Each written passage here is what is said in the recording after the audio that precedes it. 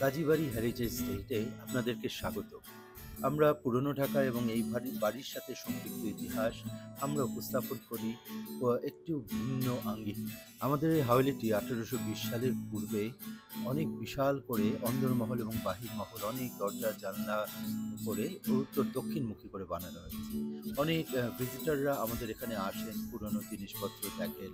তারা পুরনো আর্টিফ্যাক্ট, পুরনো আপনার বই, ছবি, দলিলপত্র এবং ঘরের বিভিন্ন অংশ কিভাবে ব্যবহার হতো সেই জায়গাগুলো, পুরনো খাট, পুরনো ট্রাঙ্ক এবং হচ্ছে এগুলো দেখেন।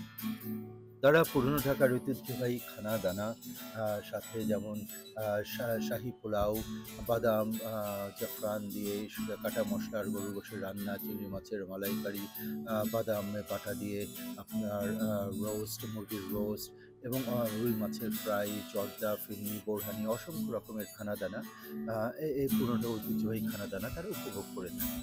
এবং সাথে তারা বাসার কোন অংশে মানে সে সময় কীভাবে ব্যবহার হতো, কোন অংশে আপনার বৈঠকখানা ছিল, কোন অংশে অন্দরমহল, কোন অংশে পুরনো সব মেহমানরা, জমিদার সাহেবরা আসতেন, এগুলো ঘুরে ঘুরে দেখেন।